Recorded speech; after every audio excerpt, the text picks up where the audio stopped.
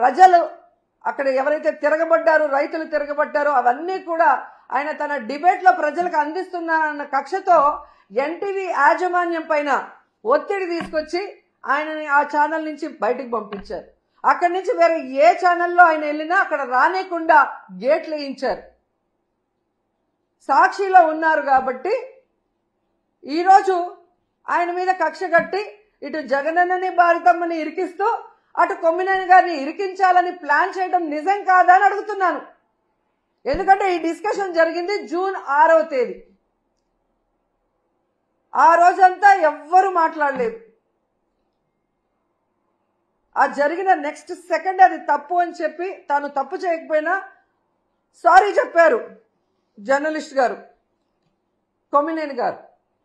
అయినా కూడా ఆ నెక్స్ట్ డే జూన్ 7వ తేదీ లోకేష్ గారు, చంద్రబాబు నాయుడు గారు పని కట్టుకొని టీడీపీ సోషల్ మీడియా ద్వారా వైరల్ చేసి ఏ విధంగా వచ్చిన జర్నలిస్ట్ కృష్ణంరాజు గారు మాట్లాడిన మాటల్ని ఇటు సాక్షికి అటు కొమ్మినేనికి ఆపాదిస్తూ తన అనుకూల పచ్చ ఛానల్స్ లో దాన్ని ఎలా విష ప్రచారం చేశారు, తమకు అనుకూలంగా ప్రచారం చేసుకొని ఆ రోజు మధ్యాహ్నం 3:09 లోకేష్ ట్వీట్ చేయడం జరిగింది. అంటే ఒక పథకం ప్రకారం చంద్రబాబు నాయుడు, లోకేష్, డీజీపీ గారు, ఇంటెలిజెన్స్ చీఫ్ వీళ్ళందరూ కూర్చొని ఇది చేయకపోతే ఈ విధంగా జూన్ 6న మార్నింగ్ జరిగిన ఆ డిస్కషన్ ని జూన్ 7 మార్నింగ్ నుంచి విష ప్రచారం చేస్తూ లేని వాటిని వక్రీకరిస్తూ తమ పచ్చ ఛానల్లో అనుకూలంగా మాట్లాడించుకొని తమకి వైఎస్ జగన్ గారి కుటుంబ సభ్యుల మీద అసభ్యకరమైన పోస్టింగ్లు పెట్టించి రాష్ట్రంలో ఉన్న అన్ని పోలీస్ స్టేషన్లో తెలుగుదేశం పార్టీ నాయకులతో కేసులు పెట్టించి ఆ వ్యాఖ్యలతో సంబంధం లేని సాక్షి మీద దాడులు చేసే విధంగా అందరినీ కూడా రెచ్చగొట్టింది నిజం కాదా అని నేను అడుగుతున్నా. ఆ తర్వాత 3వ రోజు జూన్ 8 అదే ప్రచారాన్ని తమ అనుకూల మీడియాతో కంటిన్యూ చేయిస్తూ ప్లాన్ ప్రకారం మధ్యాహ్నం 1:49 చంద్రబాబు నాయుడు ట్వీట్ చేశాడు, వీళ్ళని అరెస్ట్ చేస్తాను అని. అడిగింది కొడుకు, చేయించింది తమ పార్టీ నాయకులతో కంప్లైంట్లు ఇప్పించి తమ పచ్చ ఛానళ్లతో తప్పుడు ప్రచారం చేయించి పెద్ద మనిషిలాగా దాన్ని కేసు పెట్టి అరెస్ట్ చేస్తానన్నట్టుగా ఈయనతో మాట్లాడిస్తూ అదే పథకంలో భాగంగా పవన్ కళ్యాణ్ ఆఫీస్ నుంచి Pawan Kalyan press note release చేసినట్టు 3:40 ప్రెస్ నోట్ రిలీజ్ చేయడమే కాకుండా సాయంత్రం 6:45 పవన్ కళ్యాణ్ గారి ద్వారా ట్వీట్ చేయించారు. జూన్ 9 ఉదయం 11 కొమ్మినేని గారిని అరెస్ట్ చేసి కంటిన్యూస్ గా సాక్షి ఆఫీసులు ఎక్కడెక్కడ ఉన్నాయో తిరుపతి, అనంతపురం, కడప, విజయవాడ, శ్రీకాకుళం ఇలా అన్నిటి మీద మూకుమ్ముడిగా దాడులు చేయించారు. ఆ దాడులు చేసిన వీడియోలు, ఫోటోలు చూస్తే మీకే అర్థమవుతుంది. దాంట్లో ఎమ్మెల్యేల భార్యలు, కొడుకులు, కార్పొరేటర్లు, కౌన్సిలర్లు, టీడీపీ నాయకులు స్పష్టంగా కనిపిస్తున్నారు. అంటే ఒక పథకం ప్రకారం చంద్రబాబు నాయుడు కూటమి ప్రభుత్వం చేస్తున్న తప్పుల్ని ఎత్తి చూస్తున్న సాక్షిని, వాళ్ళు చేస్తున్న అవినీతిని ఎత్తి చూపిస్తున్న సాక్షిని, వాళ్ళు ప్రజలకు ఇచ్చిన హామీలు నెరవేర్చకుండా ప్రజలకి వెన్నుపోటు పొడవటాన్ని ప్రజలకు చూపిస్తున్న సాక్షి గొంతు నులిపేసి దాంట్లో ఉన్న సీనియర్ జర్నలిస్టులను అరెస్ట్ చేసి భయభ్రాంతులకు గురి చేస్తే ఇక మేము చేసే తప్పులు ఎవరు మాట్లాడరు, ఎవరు చూపించరు అన్న క్రమంలో ముందుకు వెళ్తున్నారు. ఇవన్నీ కాకుండా కొమ్మినేని వయసు చూడట్లేదు. ఆయన చెయ్యని తప్పుని ఈరోజు ఎస్సీ ఎస్టీ కేసు పెట్టి లోపల పెడితే ఇది ఈ రోజుతో పోయేది కాదు.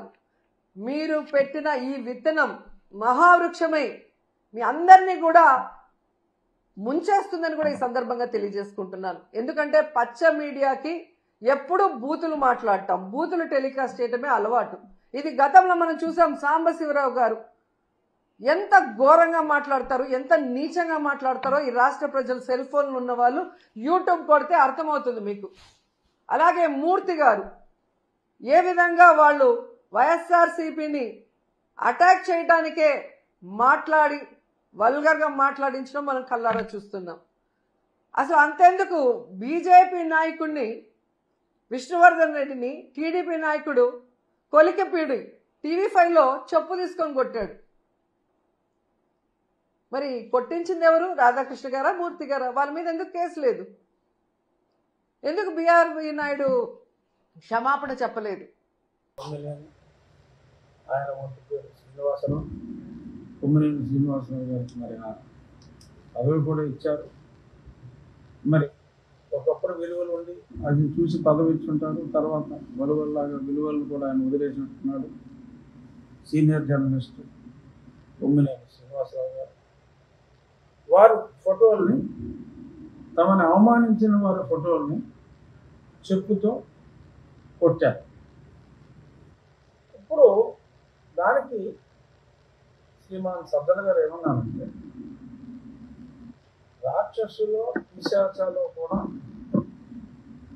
రాక్షసులు పిశాచాలు ఇలాంటి పనులు చేస్తాయి ఏమో, వాళ్ళు కూడా చేయలేరేమో, ఇదంతా కలిపిన ఆ సంకర జాతి ఏమో అంటారు. బహుశా ఆ సంకర జాతి వాళ్ళు కాబోలు. ఇది ఎవరైనా వెరిఫై చేసుకోవచ్చు. నేను చూసినట్టే చెప్తాను. ఇదంతా సంకర జాతి వాళ్ళే కాబోలు. ఒక ఆర్గనైజ్డ్గా కమ్ముకొస్తూ చేస్తున్నారు. అక్కడ ఆయన చిన్న భాషా చిద్రత వాడాడు, మాకు మావత్తు ఇచ్చాడు. ఆయన ఆంతరంగం ఏంటో ఎవరికైనా సరే ఇట్టే అర్థమవుతుంది. మరి ఆ కమ్ముకు వస్తున్న వారిని అక్కడ అన్ని రకాల కులాల వారు ఉన్నారు, కాస్ట్ వారు ఉన్నారు, చాలామంది ఉన్నారు. రెడ్లు కమ్మవారి కన్నా ఎక్కువ శాతం ఉన్నారు. మరి ఆయన ఎవరిని ఉద్దేశించి ఆ మాట అన్నారు? లేదు, కొందరిని స్పెసిఫిక్గా ఉద్దేశించినట్టు. మరి ఆయన కూడా ఒకప్పుడు జర్నలిస్టు. మరి ఆయన భాషా సౌరభాన్ని వెదజల్లుతూ మరి ఆ రకంగా మాట్లాడారు తెలియదు. కానీ ఇక్కడ సజ్జల గారు ఒక విషయం తెలియజేయాలనుకుంటున్నాం ఈ మీడియా ద్వారా. ఏమిటంటే, మరి గతంలో నాకు అప్పటి ప్రభుత్వానికి, అంటే మరి ఇతను ప్రభుత్వంలో కూడా ముఖ్య సలహాదారు కాబట్టి, నాకు అప్పటి ప్రభుత్వం చేస్తున్న ఎన్నో ఆగడాలను నేను ప్రశ్నించినందుకు 2020 సంవేర్ అరౌండ్ ఏప్రిల్ అనుకుంటాను, ఏప్రిల్ నెలలో అప్పుడే కరోనా స్టార్ట్ అయినప్పటికీ అన్ని గ్రామాల్లో, నా నియోజకవర్గంలోని అన్ని గ్రామాల్లో, నా నియోజకవర్గం అప్పుడు ఉంది కాదు, నర్సాపురం పార్లమెంట్లో ఆల్మోస్ట్ అన్ని మేజర్ గ్రామాల్లో, కొన్ని చిన్న గ్రామాల్లో కూడా, ఆఖరికి ఇక్కడ ఉన్న వాండ్రం చెన్నూరు కదా, ఆ వాండ్రంలో కూడా అప్పటి వైసీపీ నాయకులతో నా ఫోటోలకి చెప్పులతో కొట్టించిన వ్యక్తులు వాళ్ళకి వాళ్ళు రాక్షసులు పిశాచాలు అని అనుకుంటే వాళ్ళ ఇష్టం.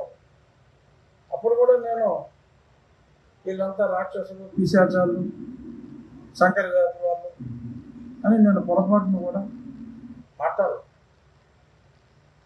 వారి వ్యక్తిత్వం వాళ్ళ ఇష్టం. ఏదో చేశారు, దిష్టి బొమ్మలు తగలబెట్టారు. దిష్టి బొమ్మలు తగలబెట్టకపోతే మరి అది కూడా తీవ్రమైన చర్య.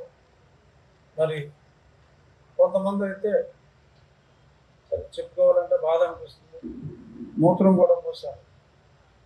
అవి కూడా డైరెక్ట్గా టీవీలో చూపెట్టకపోయినా సోషల్ మీడియాలో అవి పెట్టి చాలా ఆనందించారు.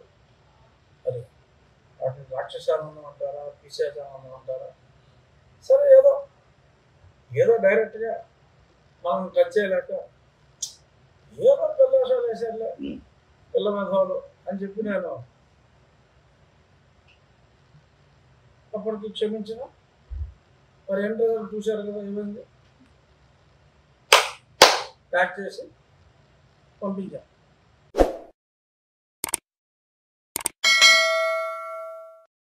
Hi friends, thank you for watching this video. ఈ వీడియో కనుక మీకు నచ్చినట్లయితే దయచేసి లైక్ చేయండి, షేర్ చేయండి. ముఖ్యంగా మా ఛానల్ 24/7 న్యూస్ టీవీని సబ్స్క్రైబ్ చేసుకోండి. ఆ తర్వాత మీ విలువైన అభిప్రాయాల్ని, మార్పులు, చేర్పులు, కావాల్సిన వీడియో ఏమన్నా ఉంటే మన వీడియో కింద కామెంట్ సెక్షన్లో కామెంట్ రూపంలో తెలియజేయండి. నమస్కారం, సాయిదంచిక మాట్లాడుతున్నాను. ప్లీజ్ సబ్స్క్రైబ్, షేర్, లైక్ చేయండి 24/7 టీవీ ఛానల్. హాయ్ నమస్తే, నేను మీ Sonia Akula. Please subscribe to 24/7 news TV. Hi అండి, అందరికీ నమస్తే. నేను Mankota Prasad. Please do subscribe 24/7 news TV.